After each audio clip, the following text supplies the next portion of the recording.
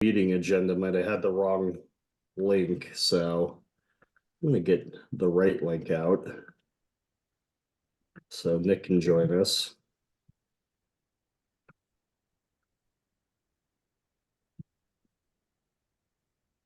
Double check that for next time. But most people have made it, so that's great. Let's move on to new business. So the first item in new business is technically not true yet, and that is presentation proposals saying that they are now open. I haven't officially set the email off, but I will put a link in the chat in a little bit because we do have the forum open and ready to go. I just haven't had a chance to send the email off, so you'll be able to submit proposals for Round Rock, Texas, the conference August 13th through 16th. The big difference that we're doing this year is we're trying to simplify things and just do basically everybody has an hour for their presentation and questions. So last year we had, I think, 3 different options for that, and 2 of them were awfully similar. So we're trying to simplify the form a little bit and make it a little easier. There is a possibility, depending on how many submissions we get, we might ask some presentations to shorten to lightning talks, but we can only do that if we get lots of really good presentations submitted. So I definitely encourage everyone to think about doing that. So that will give us a lot of good decisions to make on how we structure the event. So the more we get, the better. Feel free to submit more than one. Feel free to partner with other people. Those make interesting presentations. We had a lot of that at the last conference. Some interesting partnerships and group presentations. So lots of opportunities there. And does anybody have any questions on kind of what we're looking for or anything like that for presentations?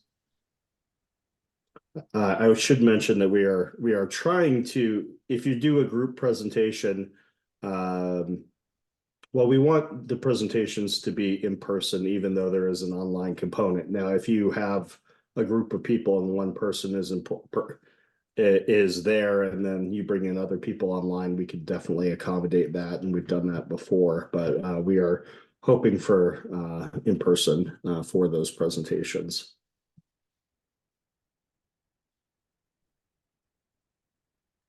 Okay, not seeing any questions there. I'm gonna, at least I see that there's server maintenance that Christopher has brought up, applying to Bywater customers.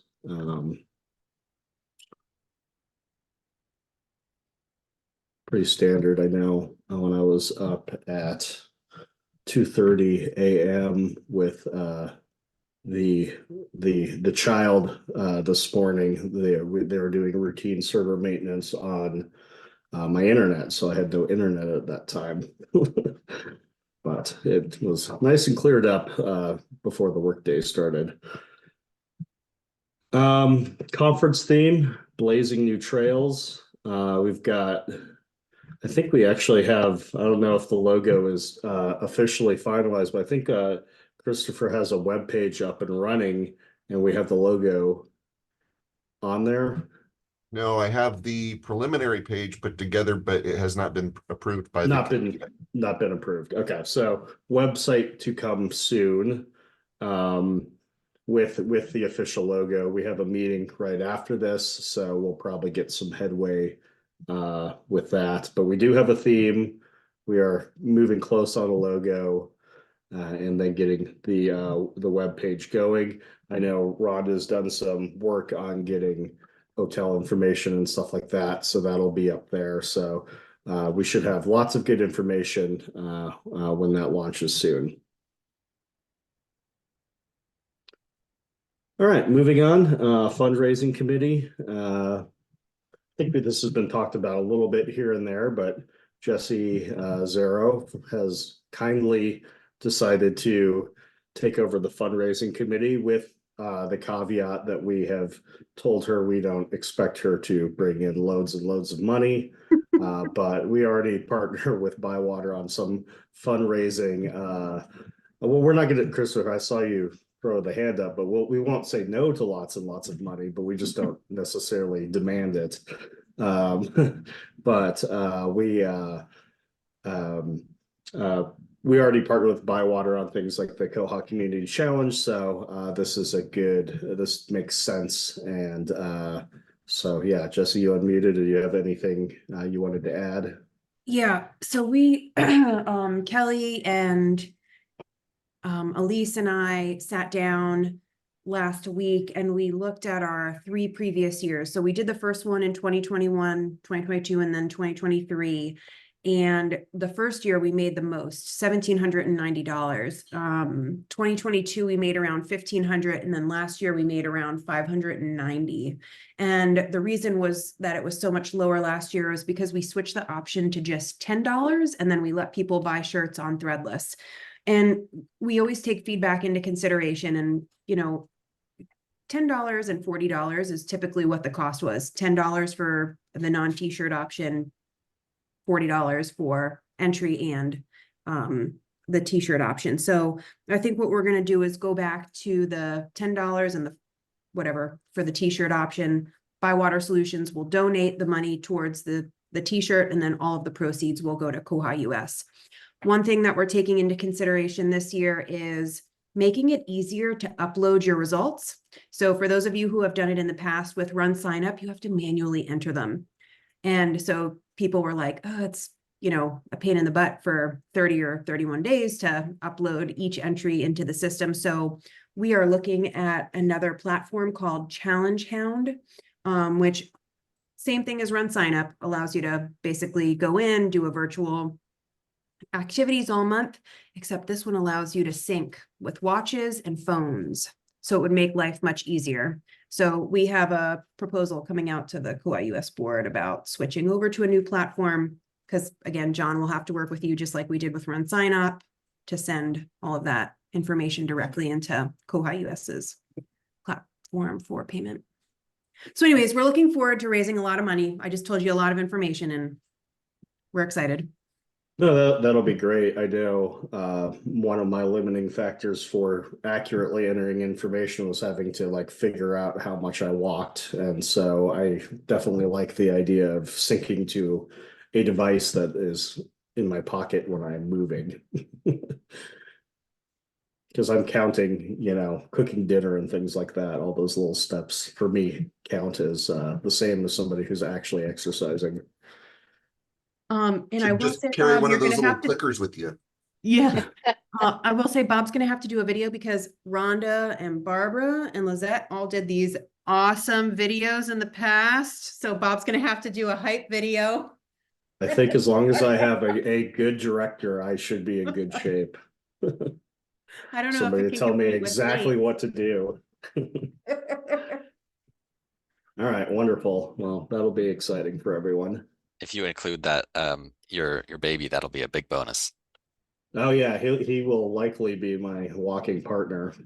So that's entirely, yeah, that's a good idea. All right.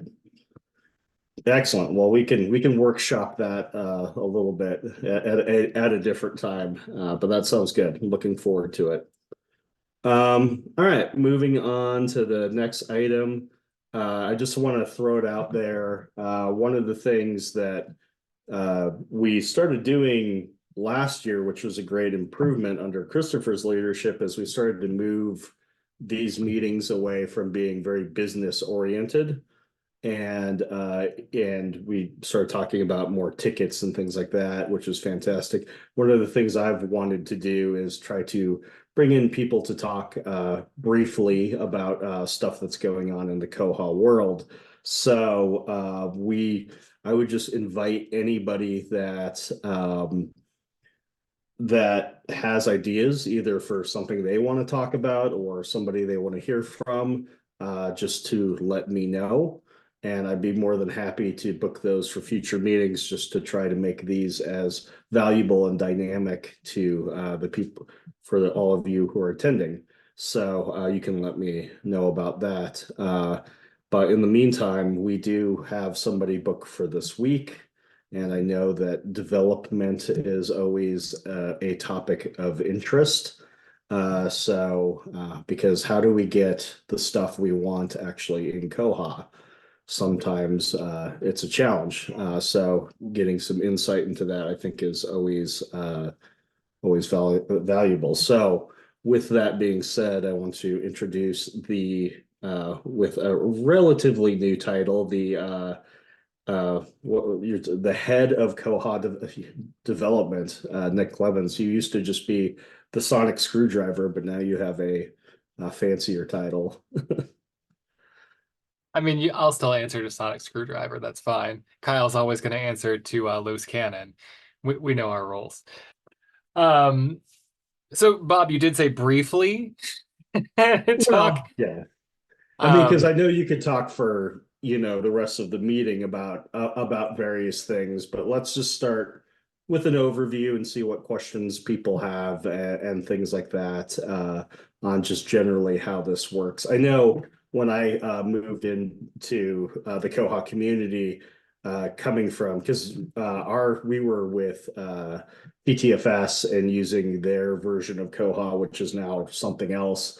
Their process was not very community oriented because they were forked. So the whole idea of this community development was very confusing to me at first. And it just took lots of conversations before I kind of got my head around it, if I in fact do have my head around it. All right. Well, I mean, I'll start super broad and basic. I'm sure most of you have heard this, but we'll just go through it real quickly. How does something go from an idea to something actually in Koha? First step is always filing the bug in Koha. If you're going to do that, I suggest give it a good title. Put the details of what you'd like to see. Workflows are especially helpful, like explaining what your current workflow is, what the new workflow would be, and like why we need to get there. Once it's in community, it starts off at new. At that point, you're really either hoping to get real lucky and that you have tickled a developer's fancy and they're just going to take it on. That's not likely the case most of the time. Most of the time, you're going to have to reach out to get that bug sponsored somewhere. You have Bywater as one option.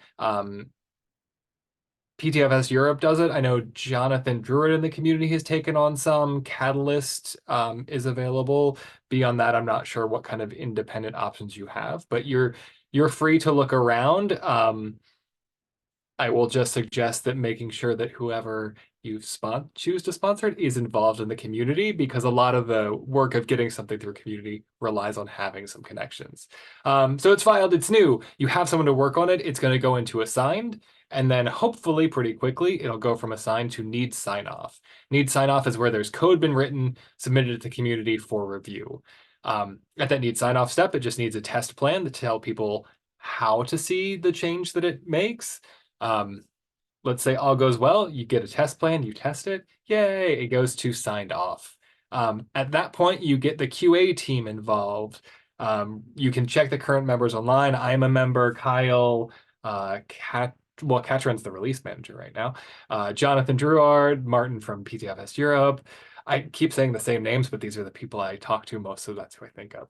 Okay, so it goes into the QA stage. QA is really where we're evaluating not only does it do what it says it does, but does it not break everything else? We really do try in Koha not to break your workflows as much as possible. Sometimes your workflows are not standard and a new bug may break them because we didn't know you were doing that. But anyway, so it runs through that. And is it good code? We have a series of coding guidelines in the community. They try to be pretty straightforward and basic and say, like, do this, don't do this. So QA kind of checks all of that. That cycle right there is where we can go back and forth a lot of times. It can go from need sign or from signed off back to failed QA, then to need sign off again, signed off QA, and it can kind of loop through that circle. Yes, that is why it's important to be involved in the discussion of bugs. there are a lot of bugs out there. You know, Bywater, we try to monitor and see what's out there and keep track of like what we know about our partners and bring that kind of perspective to the bugs. I know I tend to bring a lot of consortial perspective just from having worked in the vocal consortium, shout out. So let's say we get through that past QA stage. Past QA, it goes to the release manager. Generally, at this point, it's going to get into Koha. Occasionally, the release manager will have some concerns. They might bring them back. They can essentially do a second round of QA, but usually at that point, it gets pushed. Goes into master. Once it's in the master release of Koha, that's sort of the pending next stable release. Koha's released every 6 months. There's a major version named after the year and the month it's released. So the current version that we're working on is 2405, which means we've got roughly 2 months until the next release, which feels really fast now that I say it out loud.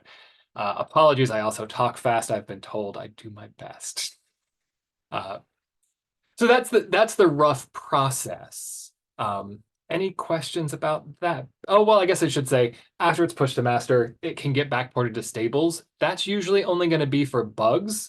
What's the difference between a bug and an enhancement? Great question. It's a fine line.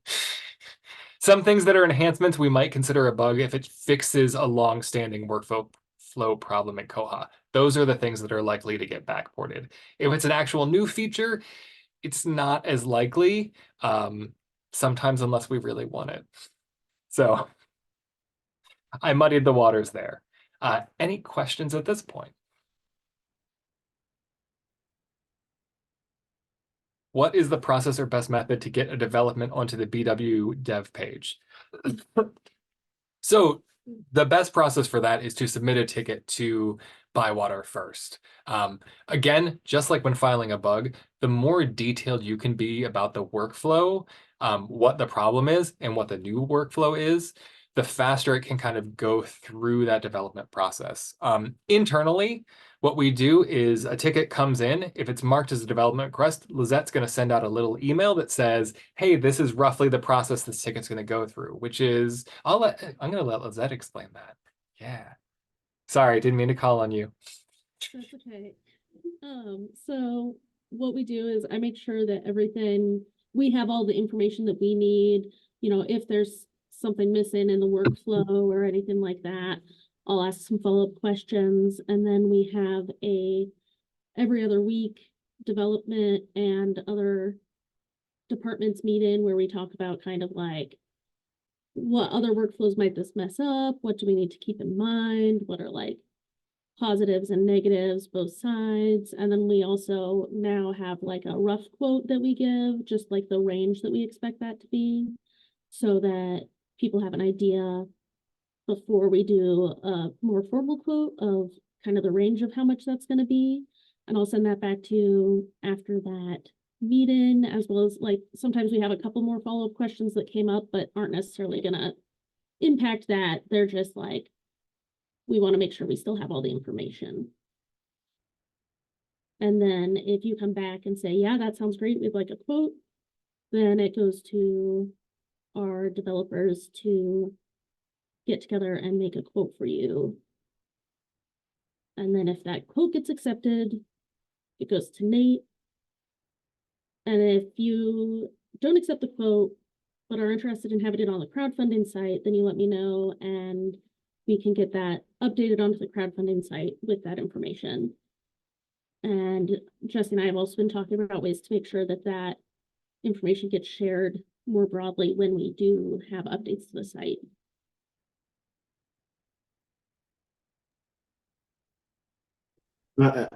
Just for clarification's sake, because even I think most of the people in attendance at these meetings are typically Bywater customers, but not necessarily all. This process would theoretically be open to anyone.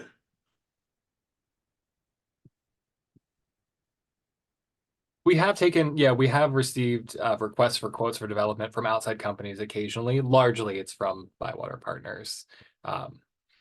And so do the developments need to meet specific criteria to make the cut on the page? Do they have to be devs that Bywater is working on, or can they be developments that other companies are working on?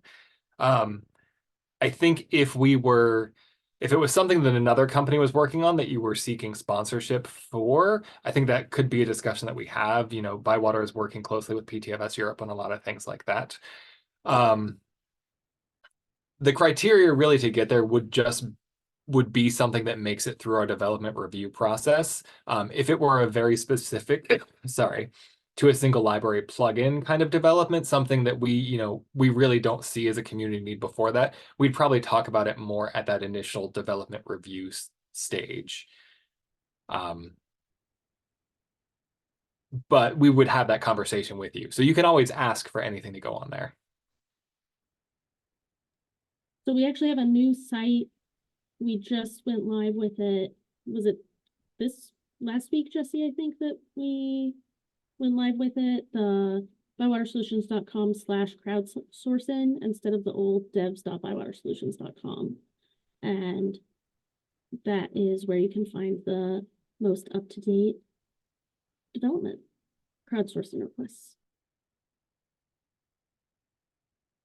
And if you're not seeing movement on a crowdfunded dev, I'm not sure if that's one that is fully funded or one that's partially funded. If it's fully funded and you have not seen movement, just send us an email on the ticket.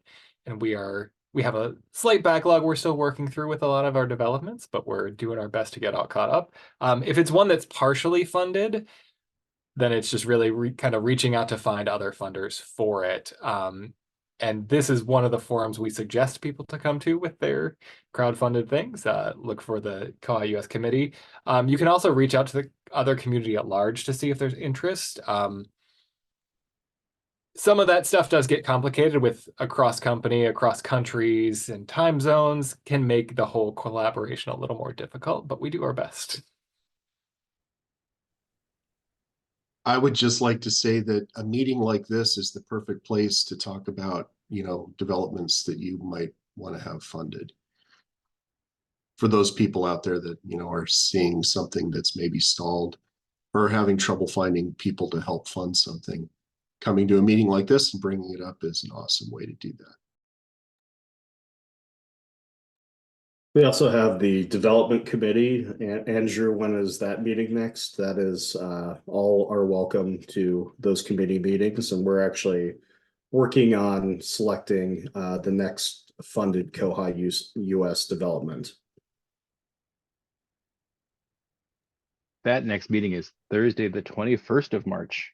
And at that meeting, we're looking to put together our short list of developments that koha-US is interested in funding, to then send that list to membership for voting for which thing we want to pursue. So that would be a really good meeting to come to if you have developments you are looking to see move forward in Koha and want to get other people excited about them.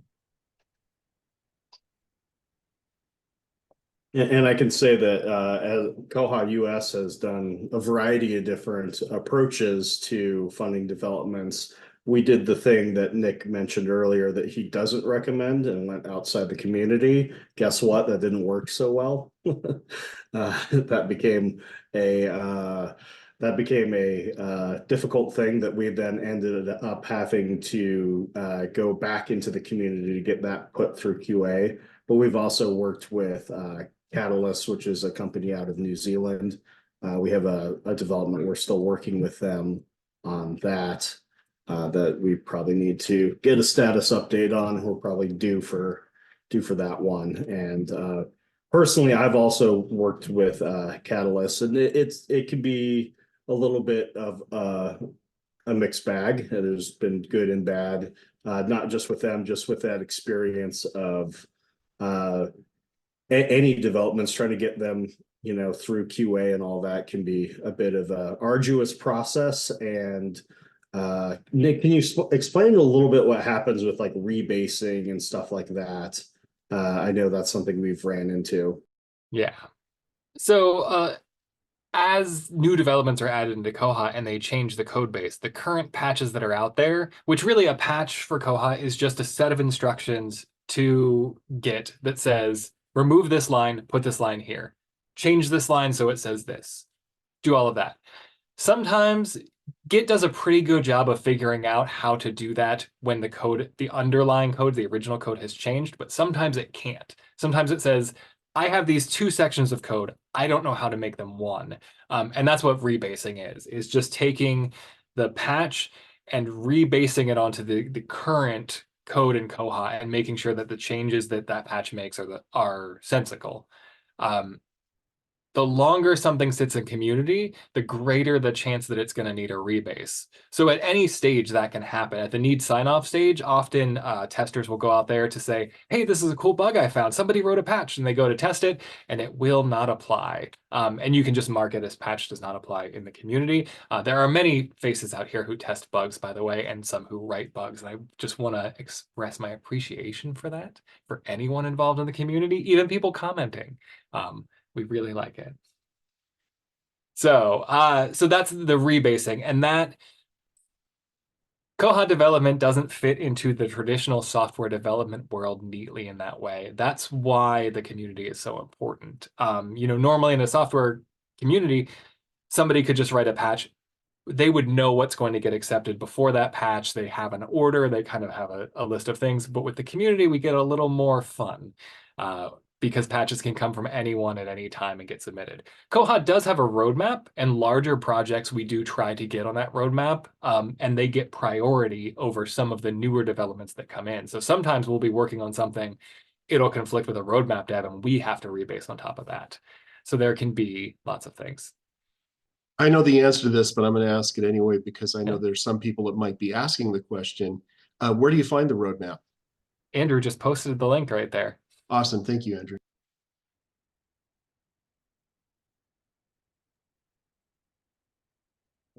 And I'll just say too, if any of you are trying to test bugs, we have our sandboxes. If you ever need help getting a Koha testing Docker working, we have some videos, and we're always happy to try to help with that as well. If you're in the brave world of trying to work on a bug or submit some patches, we're also definitely willing to help if you just give us a ping on Slack. Most of the devs will show up there eventually, and we're in IRC as well. And what happens if you say, and having done this myself, I know the answer, but let's say you submit a new bug and it's a duplicate of something. Do people yell at you? Is it awful? Is it a terrible experience? It is not. You might perceive it that way. I can't help that. But in fact, nobody is upset about it. They'll just mark it as a duplicate and close it. Sometimes if your bug is better written and describes the problem better, the other one might become a duplicate of yours and get smushed into it. But it never hurts to be involved in the community. I like to say that one of my roles that I like to go out there and do is just say the stupid things so that someone else will say something smarter. I'm happy to take on that role for everybody, but don't worry, no one in the community is judging you. No one is upset. They are very happy to have involvement, and they want to see bugs filed so that we're aware of things. And even sometimes if they close it, if you file something and they say, I can't recreate this, and they close it, you can reopen it. Fair, Christopher. I just wanted to make a comment about the process as I kind of am trying to learn as much as I can about it. But I think like if you start testing the bugs and like looking at the diffs, then you can start to see like what files are getting changed and kind of like see how the different files work together, like the template files and the code files, the Perl files. So like testing bugs for me was like a good starting place to kind of learn how it's all working together. And then and being signing off is kind of a similar process to submitting a patch is a similar process to signing off on a patch. So you kind of like can build your skills up slowly that way. So that was cool. And like sometimes I was testing a patch for Lucas, was fixing some templates that were generating like invalid HTML. So in the process of testing his bug and signing off on his bug, I found a little typo, so then I could submit a first patch, even though it only changed one character. But it was like kind of a breakthrough. It was really cool. So I think just the more you can even just be in the discussion or like looking at the files a little bit. It's kind of nice to see that in Bugzilla versus like if you just go to the Git repository, it's like really overwhelming. You're like, where there's thousands of lines of code, but looking at just the little patches is really helpful, I think. And I should say And that's, then, oh, go ahead. go ahead, Nick. I was just going to mention that Koha does, part of our coding guidelines are to keep things straightforward and simple. Like it is a goal to make the code understandable because we want people to participate. So sometimes developers get our patches failed because we get too developer-y, we get too clever, and we do a neat little trick, but that trick is not going to be easy understood by other people. So we try to make it nice for you. I was just going to say that you also do get credit when you participate in that. You will show up with your name and how many things you submitted or patches you've signed off on, things like that, which, you know, it's not gonna make your year, but it's a little nice to see that, to see your name pop up and go, oh, yeah, I did something. Oh, and just to kind of add to that point is when you if you're looking at a little patch like that did one thing, then you can kind of like conceptualize and like figure out, well, I can do a similar kind of thing in this situation. So an example was like I think Nick maybe wrote the bug, but there was a bug for adding the option to run a report with all, and Nick added that bug.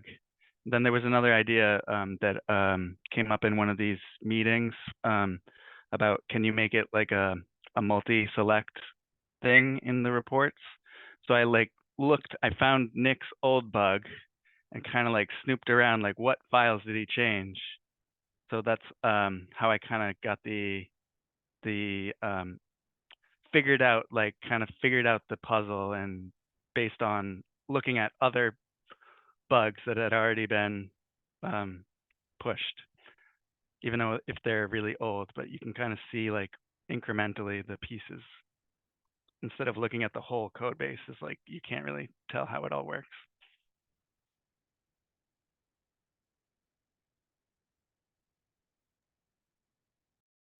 I did want to mention, and I'll bring it back, I'm just pasting in there the form for submitting a proposal. Like I mentioned earlier, I will get that out officially later, but there's the link for that. At this point now, I just want to open things up. You can definitely still ask questions for Nick and Lizette in that development process, but we can also, you know, pepper them with bugs that we want them to ponder on as well. So I want to open it up to that discussion. It does look like we have one in the agenda that is 35703. I'll put the link in here.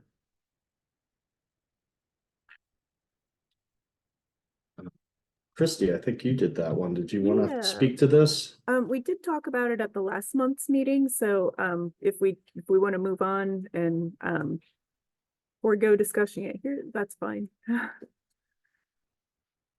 But Make your case. It's basically just, the issue is that when you mark a card lost or stolen in Koha, there's some text below it that says that the patron, when you hit that radio button on a patron account page that says lost or stolen, there's a note under it that says patron can't check out or place holds. And that's not actually true. Patrons whose cards are marked lost or stolen are still able to place holds. So that's an issue. That's more of a bug, but where it came up was we were trying to figure out how to prevent patrons who have manual restrictions from being able to place holds. And there's not really like a system preference that controls that either. So that's that one. Is marking lost cards lost kind of a holdover from an initial setting? I'm just kind of curious as to why that hasn't migrated into restrictions. I think it's kind of like, yeah, I don't know. I mean, does it do something different than other restrictions? I think it's just more hard coded to be sort of a, its own obvious button. But yeah, it is kind of, I wonder how many libraries are actively using that mark card as lost feature. Well, somebody's hand went up.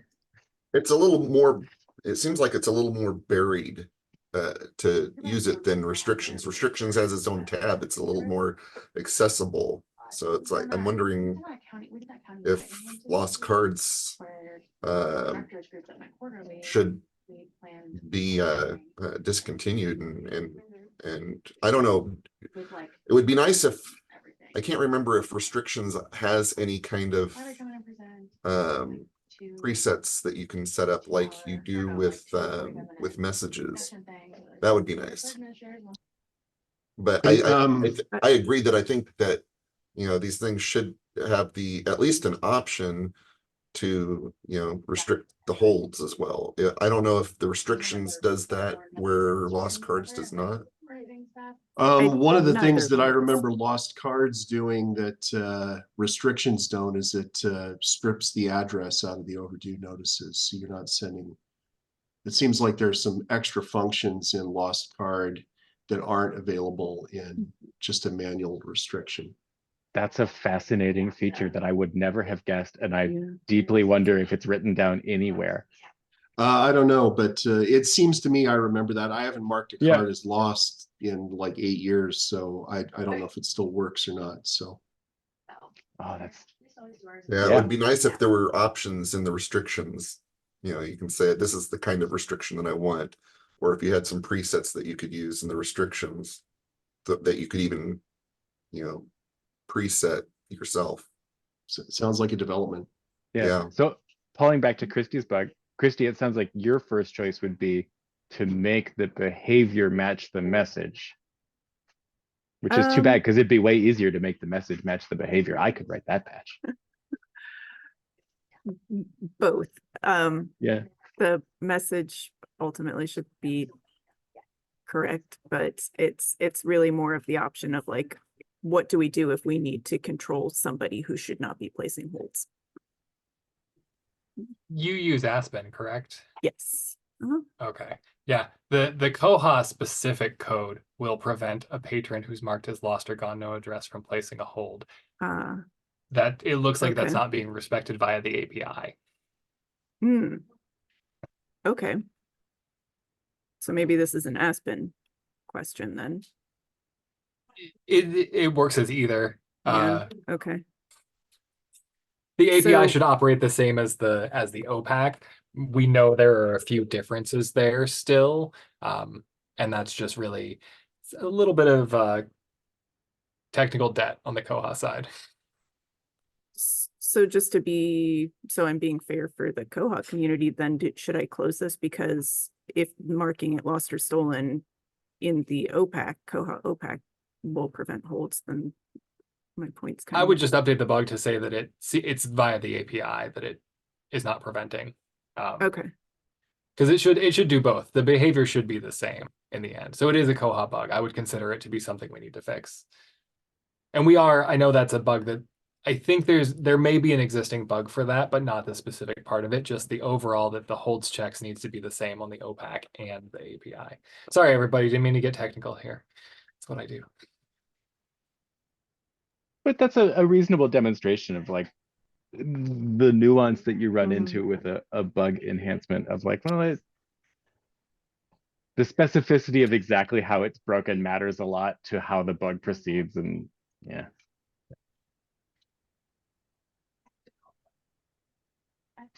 Heather, I don't like your bug.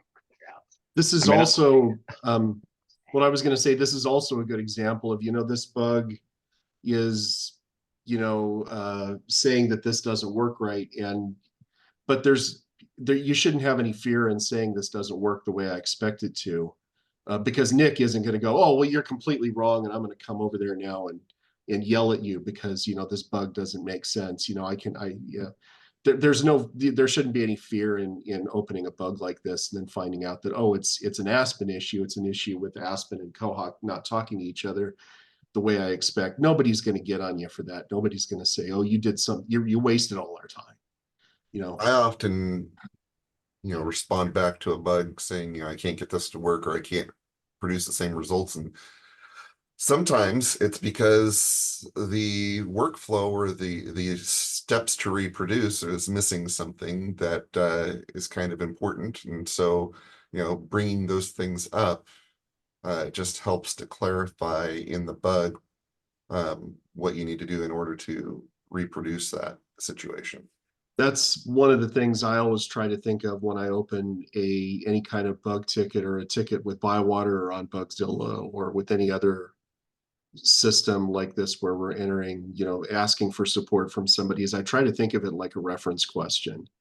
I try to supply I'm asking a question, why doesn't this do what it's supposed to?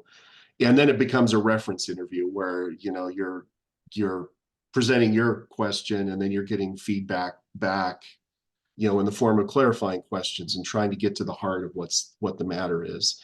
And as librarians, we should all expect that. And so, if anybody's worried about, oh, I'm afraid to open a ticket on Bugzilla because everybody's going to laugh at me because I don't know what I'm doing.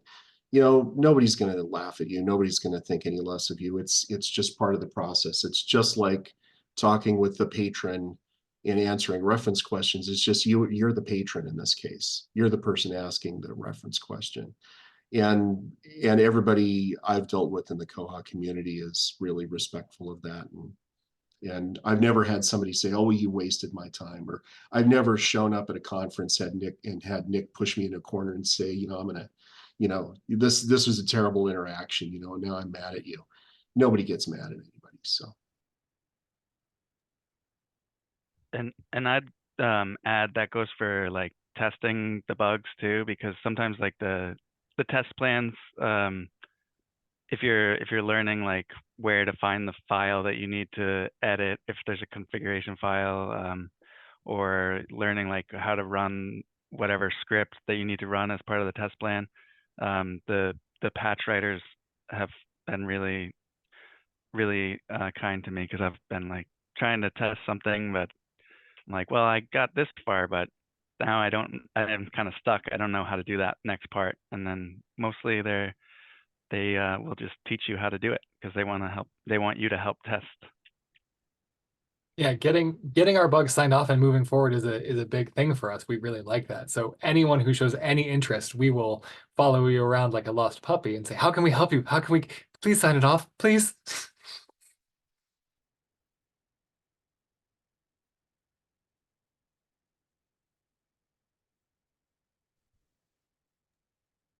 I don't know if we mentioned this or not, Nick, but I think one of the reasons you bring that up is because you can't just sign off on your own bug, right? And I don't think we Yes. mentioned that piece of it. Yeah, Bywater, the community rules say that your sign off and your QA need to come from distinct sources. So the person who wrote the patch cannot sign off on it, nor can anyone who works with them. So Kelly cannot sign off on my patches, but Andrew can now, which I take high advantage of sometimes.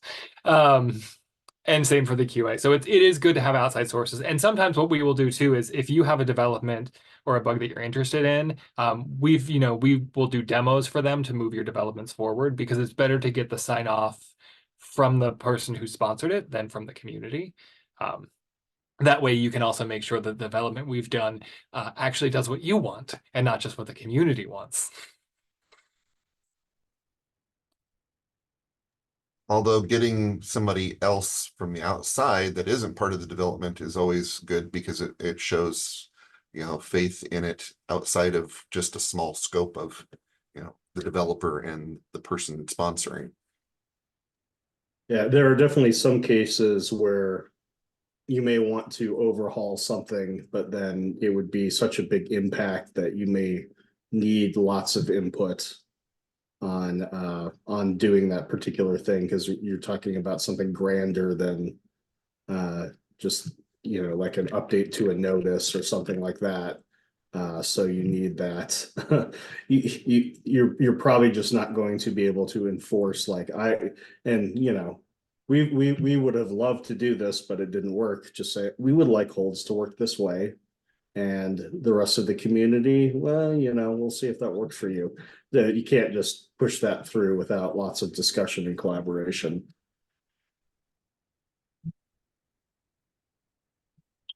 Heather, did you, we've kind of got a side discussion with on the chat with these bugs. Did you want to bring that to the forefront?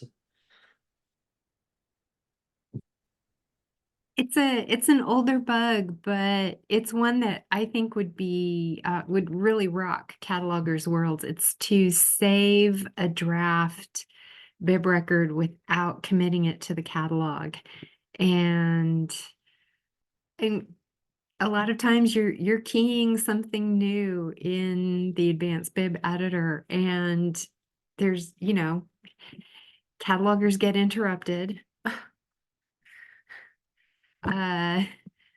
Things happen to your browser. It would just be a really lovely feature because not all records are imported.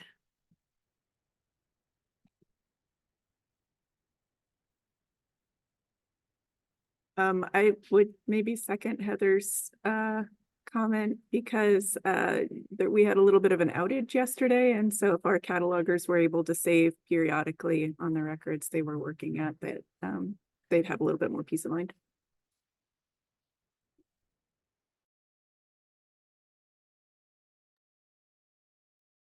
Maybe that's a good question for Nick, is what ways can librarians show the community which bugs that they feel are most important through Bugzilla or through other means?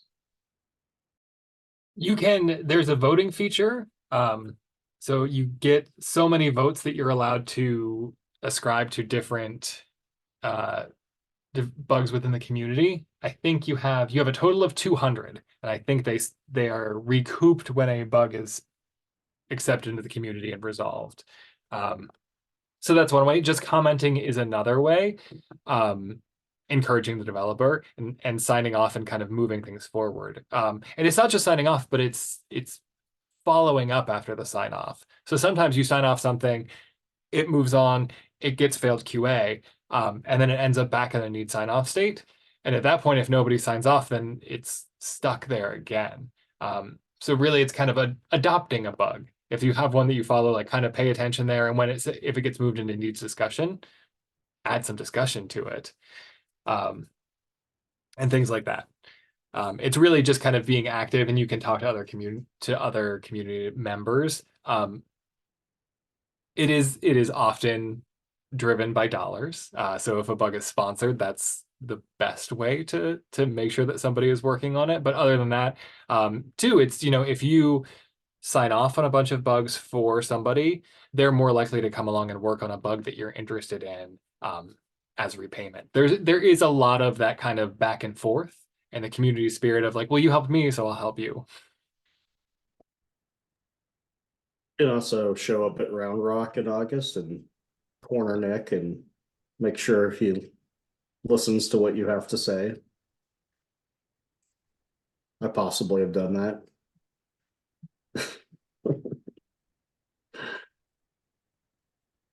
That's how I got my first lesson in how to sign off with the koha testing Docker. It was at the Portsmouth, New Hampshire conference, and I sat next to Nick during one of the breaks.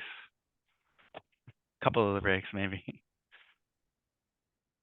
And just remember, it's not just me. There's lots of other people. Kelly has a koha testing Docker, and she knows how to sign off on bugs. Lizette does as well. She's not here. I'm trying to see who else is in our meeting. Andrew is very good at signing off on bugs. Christopher Brannon has done so. Jason, lots of people. I'm going to start trying to pick out everybody's name, but it's not going to work. The other thing I would say is if you do go to Bugzilla and add a comment on a bug, then you'll get follow-up. You can add, your email will be added to the CC list. So every time that bug changes, you should get an email saying, you know, this bug has changed. And if you're signed into Bugzilla when you're looking around, that add me to the CC list is always checked by default when you go to a new bug. So if you're viewing one and you just hit save changes, that's going to add you to the list and get you those updates all the time. I'm sorry, I'm distracted now too, just thinking about Heather's bug and like different ways to go about it.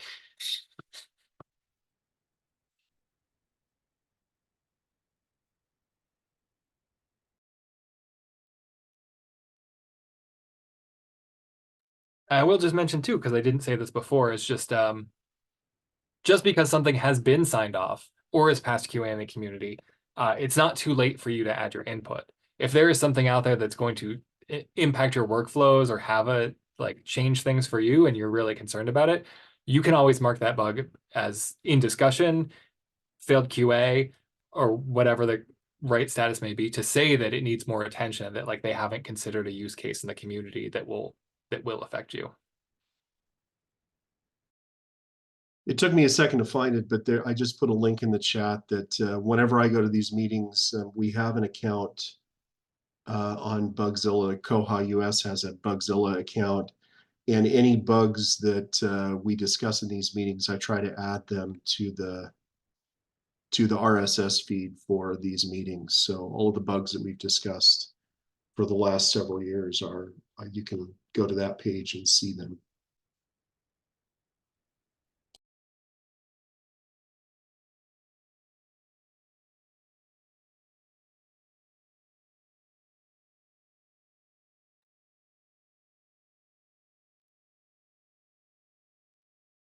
Christopher's put a bug in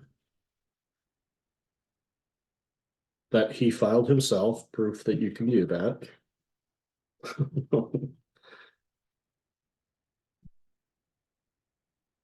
And I'm just looking at it now, but it seems like helping email notifications go through would be a worthy endeavor. It's always an issue. Yeah, that one, and yeah, sorry, I tried to post or copy and paste the link, but I'm working from two computers right now. But that one is just I would love to be able, I would love to see a plugin where we could incorporate some email validation, and there is some stuff out there that could easily add this. Can't add it via jQuery at this time because of some of the code involved, but there are some APIs out there for email validation that would be a tremendous help, especially the way that email has been going lately. It would be really helpful to catch these things right off the bat rather than wait for bounces and people to block you and all this fun email garbage. So I just wanted to encourage people to check out the bug and comment on it in the bug. I just added myself to the CC list so I can follow those updates because I'd be curious to see how this goes too. And if I get really excited, I can, comment on it as well. All right, we have a few minutes left. Are there any questions or bugs they wanted to surface? One thing I will say is that we don't just do this at the general meeting. Our SIG discussions, special interest group discussions, if you haven't been, are a more focused, topically focused, where we spend a lot more time talking about these issues and bugs within those frameworks. So we get a lot of more of that instead of all over the place, very specific discussions of things that people are interested in, they want to see in Koha and those type of discussions. And I've also found that you start to develop relationships with these people that show up in these meetings after meetings, and that's helpful when you're wanting to collaborate on things that could affect you. I think in our case, I represent a consortium, and so in that consortia SIG, there's, it's important to know what Clams is doing, what Ocean States is doing, what Cuyahoga is doing, because what they're doing will likely affect what we're doing. So it's important to have those conversations, and really helps us know what's coming around the corner, other ways we might want to communicate. If we have a bug that we want to help fund or get an idea, we go, oh, yeah, we want to put some money into that. Those all happen there. And Heather is making a pitch for SIG being the most fun. That's entirely possible. I'm not gonna definitively say that it is or it isn't, but check it out.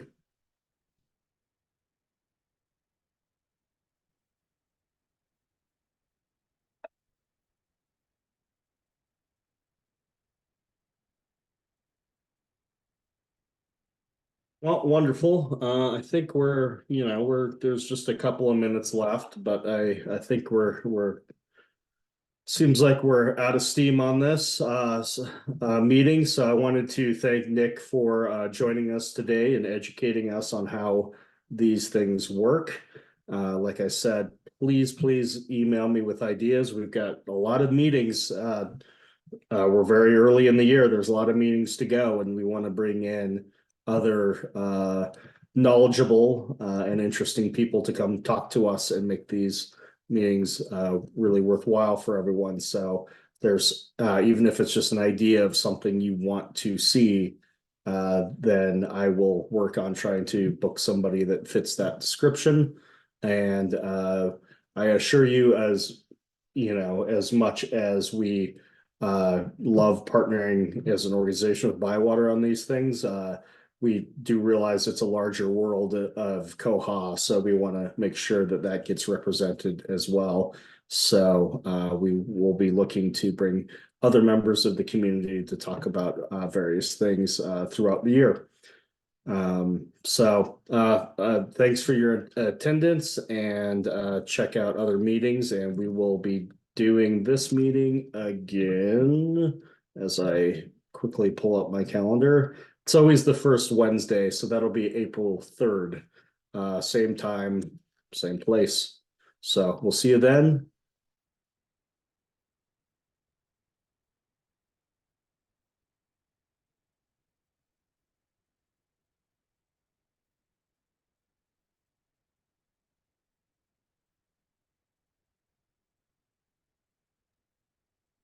Oh, that was a fast exodus.